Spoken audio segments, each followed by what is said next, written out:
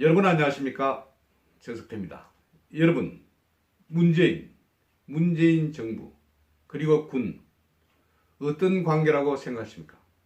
여러분도 보시기에 둘 사이가 그렇게 따뜻하고 상호 협력지인 것은 아닐 것이다 이렇게 판단을 하실 것입니다.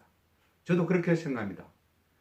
지금까지 집권한 지 2년이 채 안 되고 있지만 지금까지 상황을 보면 문재인 정부가 군에 대한 태도는 과연 어땠습니까? 무슨 문제가 생기면 군 장성에 대한 표적 수사, 그리고 사기 끊기, 명예 실추 이런 것으로 계속 이어졌습니다. 한번 살펴볼까요? 이렇습니다. 실제 저는 처음 문재인 정부가 보훈처장 임명할 때부터 의심이 들었습니다. 제가 알기로는 보훈처장에는 대부분 장성급 그런 인사들을 임명시키는 걸로 알고 있습니다. 그런데 느닷없이 갑자기 육군 중령 출신의 여성 피우진 예비역 육군 중령을 국가보훈처장에 임명을 했습니다. 이것을 보면 야 너희들 한번 엿먹어라 이런 심정으로 임명한 것이 아닌가 이런 생각이 들었습니다.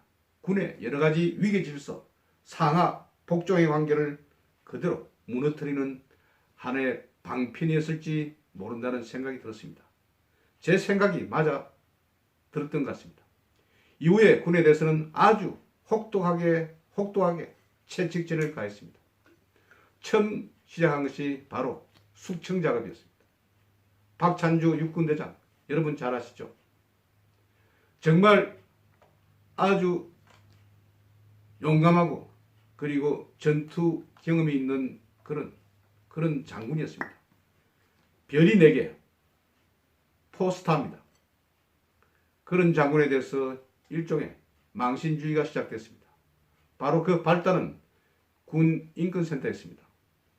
2017년도 7월 31일부터 시작됐습니다. 그러니 이때는 문재인 정부가 집권한 지 한 2달이 조금 넘었을 때였습니다. 저는 처음에 군 인권센터라고 처음에 이야기가 났을 때 그래도 여기 인권센터 소장은 책임자는 아마 장군 정도가 되지 않을까, 장성 정도가 되지 않을까. 왜냐하면 군 인권이라는 것이 중요하지 않습니까? 그래 생각했는데 오산이었습니다. 이것은 바로 민간인 단체였습니다.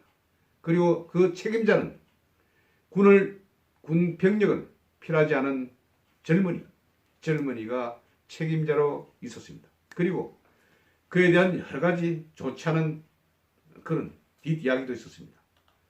이런 군 인권센터에서 문제를 제기했던 것입니다. 바로 박찬주 육군 대장에 대한 문제를 제기했는데 그 문제가 뭔가 하면 바로 공관병 갑질 문제였습니다. 여러분, 육군 지휘관들, 각 군 지휘관들에는 자기 숙소에 공관병을 두고 있습니다. 저도 이전에 군대 생활할 때 공관병 생활을 잠깐 한 적이 있습니다만 이 공관병 정말 힘듭니다. 그리고 또 힘든 대신에 혜택이 있습니다. 훈련도 조금 빠질 수도 있고 그리고 여러 가지 어렵고 힘든 군복무에서 제외되는 그런 특혜도 있습니다. 그런데 이 공관병에 대해서 갑질을 했다는 것입니다. 이 문제가 비롯되면서 박찬주 육군대장은 형사 입건이 됐습니다. 이 형사 입건이 되고 난 뒤에 어떤 일이 벌어졌습니까? 공관병 갑질 문제는 이제 차치하고라도 다른 것으로 박찬주 육군대장을 잡으려고 아주 수사에 힘을 쏟았던 것입니다. 그래서 나온 것이 바로 뇌물수수 문제가 불거졌습니다. 이것도 어떻게 수사를 했는가 하면 별건 수사를 했던 것입니다. 별건 수사라는 것은 어떤 사항에 대해서 공관병 갑질 문제 사건에서 수사를 벌였는데 제대로 효과가 나오지 않자 다른 사항을 묶어서 다른 것을 걸어서 수사를 한 것을 별건 수사라고 합니다. 우리나라 수사기관에서 가장 하지 말아야 할 그런 사항이 바로 별건 수사입니다. 이 별건 수사는 정말 없어져야 할 적폐입니다. 여러분, 가장 없어져야 할 적폐 가운데 수사상 문제가 무엇인가 하면 밤샘 수사입니다. 또 철야 24시간 밤샘 수사를 하는 것입니다. 그리고 또 피의자를 포트라인에 세우는 것입니다. 이것은 사람을 2번 죽이는 것입니다.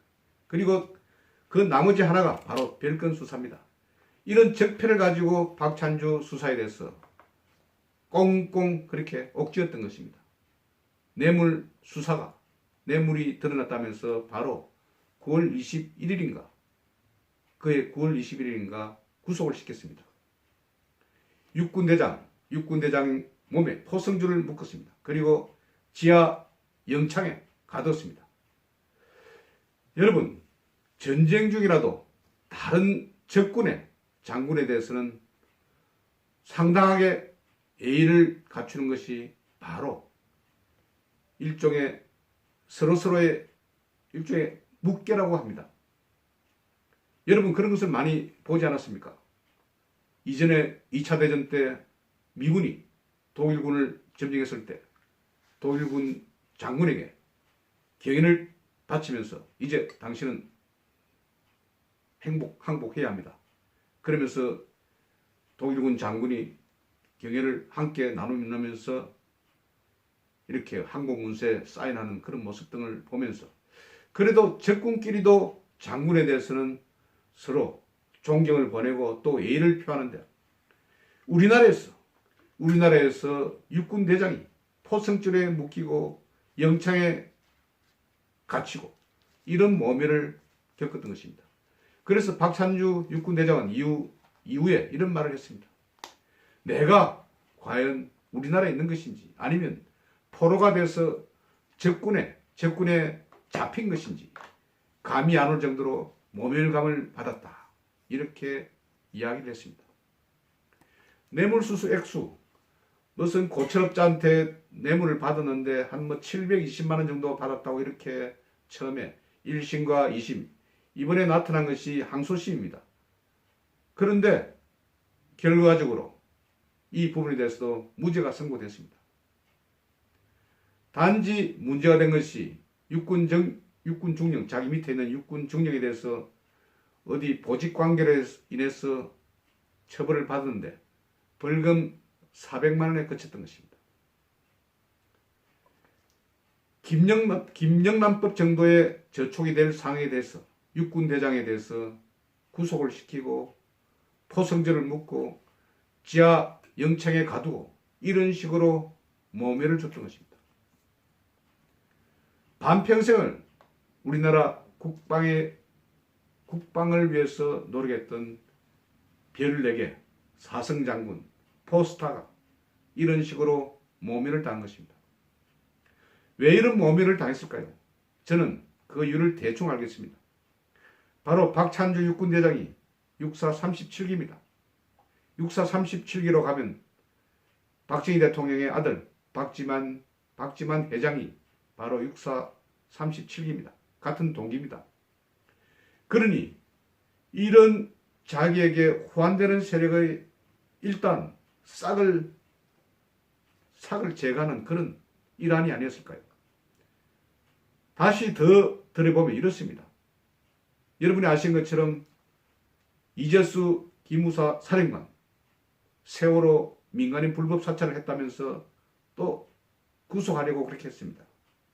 구속하기 위해서 검찰에서 여러 가지 사항들을 만들어서 구속영장을 청구했습니다. 그런데 영장실질심사 그게 나가는데 검찰에서 수갑을 채웠습니다. 별 3개 삼성 장군이었습니다. 기무사 사령관이었습니다. 모멸을 줬습니다. 그런데 법원에서 구속영장을 기각시켰습니다. 그런데 이재수 기무사 사령관 그날 스스로 목숨을 끊었습니다. 군의 명예에 아주 자기가 군의 명예에 크게 실추시켰다는 그런 자조감 때문입니다. 그러면서 그는 유서에 자신은 이렇게 되더라도 남은 사람들에 대해서는 그냥 별일 없게 해달라. 정말 군인 정신에 발로 했습니다. 이런 식으로 지금 문재인 정부는 군의 명예를 실추시키고 있는 것입니다. 어떤 감이 옵니까, 여러분? 지금 문재인 정부가 어떤 상을 벌였습니까? 그러면서 문재인은 이렇게 이야기했습니다. 처음에 박찬주 대장 문제에 관해서 이렇게 이야기했습니다. 공감병 갑질 문제죠. 군 최고 통수권자로서 매우 유감스럽게 생각한다. 이번 기회에 군 내 갑질 문화를 뿌리 뽑아야 한다. 일부 문제 인사를 징계하는 수준의 미봉에 거쳐서는 안 된다고 그렇게 말했습니다. 여러분, 벌써 이 사건이 스타트될 때 박찬주 대장에 대한 공감병 갑질 문제가 스타트될 때 벌써 문재인은 수사기관에 대해서 일종의 가이드라인을 제시한 것입니다. 그렇지 않습니까? 이 정도로 말하는데 어느 수사기관에서 봐주려고 하겠습니까? 제 아무리 육군 대장이라도 국군 통수권자가 이렇게 오다를 내놓는데 누가 봐주려 하겠습니까? 그러니 포승줄을 묶고 지하 영창에 가두고 이런 수순이 벌어진 것이 아닙니까? 그런데 수사기관에서는 비록 문재인의 지시에 따른다 할지라도 재판부, 법원에서는 또 다르게 본 것입니다. 실제 수사를 해보니까 실제 육군대장 같으면 비리가 굉장히 많을 줄 알고 붙었겠죠. 그런데 나온 것이 없었습니다. 고철업자 뇌물 받았던 것도 보면 식사비, 그리고 또 서로서로 굉장히 친한 사이라고 합니다. 같이 식사하고 또 밥 먹고 그리고 어디 같이 여행을 가는데 그런 뭐 항공료 등등 이런 것이 700여만 원 뇌물수수라고 했는데 이것도 1심에서 액수가 굉장히 대폭 감소가 됐습니다. 그리고 나서 2심에서는 이것이 무죄로 그렇게 된 것입니다. 그리고 또 아주 별건 수사로 인해서 어떤 사람과 같이 돈을 뭐 2억 몇천만 원 빌려줬는데 그 이자가 높다. 그까지도 범죄로 그렇게 기록을 했던 것입니다. 실제 여러분 서로 사인 간에 돈을 빌려주고 하는 것이 있을 수 있지 않습니까? 저도 형제에게 돈을 빌려주고 이자로 받는 것도 있습니다. 그런데 그것도 범죄로 보고 기소를 시켰던 것입니다. 그런데 다행히 항소심에서 제대로 보고 이번에 박찬주 대장에 대해서 무죄로 선고했던 것입니다. 단지 400만 원 벌금, 이거는 육군 중령 보직 관계에서 이 육군 중령이 자기가 이제 제대가 다 돼가는데 부모 있는 곳에 좀 근무하고 싶다고 해서 박찬주 대장이 그렇게 하라고 했는데 이 부분에 대해서 벌금 400만 원이 떨어진 것, 벌금 400만 원 정도에 그친 것입니다. 김영란법 정도 저촉되는 상을, 이 상에 대해서 육군 대장을 구속하고 포승줄을 묶고 지하 감방에 가두고 무슨 큰 죄를 저진 것처럼 그렇게 모명함을 주고 이렇게 한 것이 이제가 아닌 것으로 드러났습니다. 그러면 이 육군대장의 명예는 어디에서 차지합니까? 어디에서 과연 자신의 명예를 차지합니까? 그리고 그동안에 우리 국민들의 마음속에 줬던 생채기, 마음의 생채기는 과연 우리 군을 믿어야 하는 국민들에게 우리 군을 믿지 말라고 이렇게 주입한 문재인 정부에 관해서 여러분들은 과연 어떻게 풀어야 할 것입니까? 정말 기가 차지 않습니까? 박찬주 육군대장 그리고 이재수 기무사 사령관 두 사람 다 육사 37기 동기입니다. 왜 육사 37기 사람들이 이렇게 아주 곤욕을 치릅니까? 이것은 바로 박지만 회장과 같은 동기이기 때문에 혹시 이런 생각으로 인해서 아예 싹을 자르려는 그런 모습이 아니었을까요? 저는 이재수 기무사 사령관 이전에 부산에 있을 때 같이 잘 아는 사람이었습니다. 굉장히 덕장이었습니다. 그리고 지장이었습니다. 스마트한 그런 사람이었습니다. 그가 저에게 한 말을 기억합니다. 저보다 나이가 적기 때문에 형님이라고 했습니다. 형님, 군에서 가장 좋은 것이 뭔지 압니까? 지장도 아니고 덕장도 아니고 그리고 다른 것이 필요 없습니다. 바로 운장입니다. 운을 잘 타야 출세도 하고 또 잘 유지가 된다고 이렇게 이야기했습니다. 과연 운이 없어서 이렇게 당했습니까? 이재수 살인관은. 아무것도 있지도 않은 세월호 민간인 사찰 의혹, 이 부분으로 인해서 구속시키기 위해서 노력을 했습니다만은 마침 법원에서 구속영장을 기각시켰죠. 그런데 하도 이제 이재수 김우수 살인관에게 뭘 부르라. 표적수사입니다. 단지 그 위에 있는 상관한 사람을 잡아넣기 위해서, 옥매기 위해서 부르라 했는데 안 불고 스스로 죽음을 택한 것입니다. 바로 용감한 군인 정신의 발로인 것입니다. 저는 이쯤 돼서 보면 지금 문재인 정부가 군에 대해서 어떻게 지금 대하고 있는 것인지, 군인권센터 소장이라는 그 친구는 이전에 국방장관 뒤를 따라다니면서 군인도 아닌 것이 온 군에 대해서 간섭을 하고 또 핍박을 주고 이렇게 하지 않았습니까? 지금 군이 무너지고 있습니다. 우리 군이 무너지면 어떻게 됩니까? 우리는 바로 북한과 지금 대치하고 있는 그런 나라입니다. 수시로 북한은 우리에게 공격을 가했습니다. 천안함 폭침이라든지 연평도 포격이라든지 그 앞전에 수많은 그런 나쁜 짓을 벌였습니다. 지금 김정은과 문재인 사이에 지난 4월 17일 무슨 남북 그 협력을 한다고 이래가지고 한지 1년이 되는 그런 날입니다만은 지금 김정은 어떻게 문재인에 대해서 이야기하고 있습니까? 오지랖 넓게 중재자 역할을 한다, 촉진자 역할을 한다 이렇게 하면서 이렇게 무시를 하고 있는데도 오로지 북한 바라기만 하고 있는 것입니다. 실제 이번에 김정은 러시아 푸틴 대통령과 블라디보스톡에서 만났어요. 얼마나 개망신을 당했습니까? 이런 북한의 김정은에 대해서 오로지 바라기만 하고 이런 북한을 막기 위해서 정말 힘쓰고 노력하고 또 불철주야 노심초사하고 있는 우리 군에 대해서는 왜 이런 식으로 대합니까? 우리 군에 무슨 척이 있습니까? 우리 용감하고 그리고 자랑스러운 우리 국군에 대해서 어떤 척이 있습니까? 그러면서 자신은 베트남에 가서 당시 파월 장병들 얼마나 열심히 싸우고 또 얼마나 많은 사람이 또 희생을 당했습니까?